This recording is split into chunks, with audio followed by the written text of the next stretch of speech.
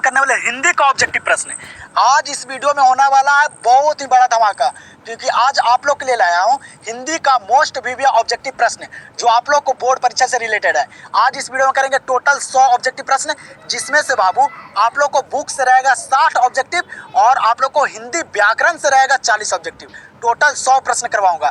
जिस तरह से बोर्ड परीक्षा में प्रश्न पूछे जाते हैं उसी लेवल का सारे प्रश्न और उसी प्रकार सारा प्रश्न करवाऊंगा। तो आप लोग इस वीडियो को पूरे देखिए, ठीक है, क्योंकि बाबू आप लोग इस वीडियो को देख लेते हैं तो यहाँ से प्रश्न आप लोग को फाइनल बोर्ड परीक्षा में देखने के लिए मिलेगा।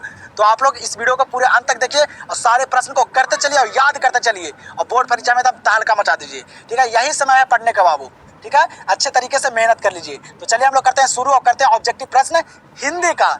शुरू करने से पहले बाबू मोटिवेट होना बहुत जरूरी है, ठीक है। आप लोग को जीवन में मोटिवेट होना बहुत जरूरी है पढ़ाई के लिए, ठीक है। बहुत सारे बच्चे हैं वह सही तरीके से पढ़ाई नहीं कर पाते हैं, उसी के कारण रिजल्ट भी खराब आता है, ठीक है। तो मोटिवेट होना बहुत जरूरी है पढ़ाई के लिए। तो देखिए यहाँ पे क्या है, समय रहते पढ़ाई कर लो। क्या कर रहा है, समय रहते पढ़ाई कर लो दोस्त, क्योंकि टूटा हुआ भरोसा और बीता हुआ वक्त जिंदगी में कभी लौट कर नहीं आता है।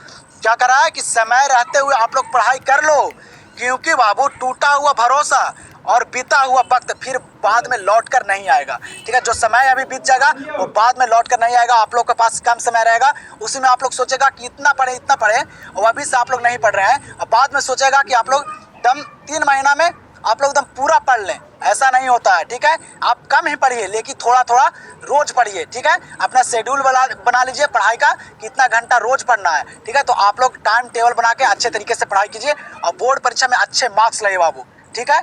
तो चलिए हम लोग करते हैं सेशन को स्टार्ट और करते हैं मोस्ट वीवियस ऑब्जेक्टिव प्रश्न। तो आप लोग देखिए यहाँ पे पहला नंबर प्रश्न है और आप लोग से अनुरोध है, आप लोग वीडियो चालू करने से पहले आप लोग पेन और पेपर लेके बैठ जाइए और सारे प्रश्न को करते चलिए, क्योंकि आप लोग के यहाँ पे 100 ऑब्जेक्टिव करवाऊंगा, जिसमें से आप लोग को 60 रहेगा बुक से और आप लोग का 40 प्रश्न रहेंगे हिंदी व्याकरण से। तो आप लोग सारे प्रश्न को करते चलिए, पेन और पेपर को ले लीजिए और सारे प्रश्न को करते चलिए और देखिए कि आप लोग कितने सही कर पाते हैं।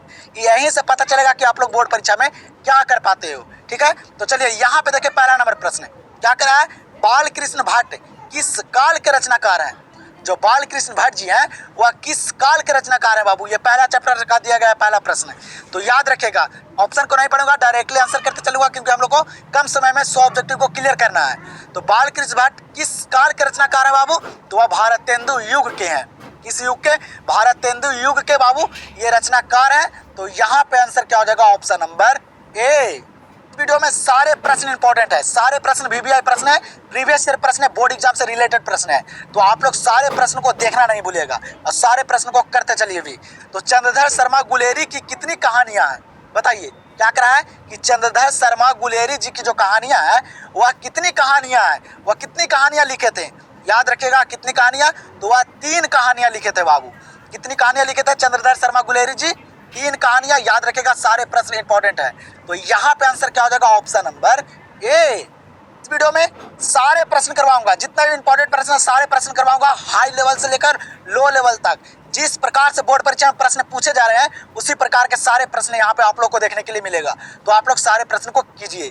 क्या करा है, जयप्रकाश नारायण की रचना का नाम क्या है बताइए। ये सारे बच्चों को पता होगा, लेखक और चैप्टर को आप लोग याद रखेगा, क्योंकि वो 4 से 5 प्रश्न आप लोग को बोर्ड परीक्षा में लेखक और चैप्टर से देखने के लिए मिलेगा। तो बताइए जयप्रकाश नारायण की रचना का नाम क्या है। ये ट्रेडिंग स्ट्रैटेजी सारी ट्रेडिंग स्ट्रैटेजीज का बाप है। ये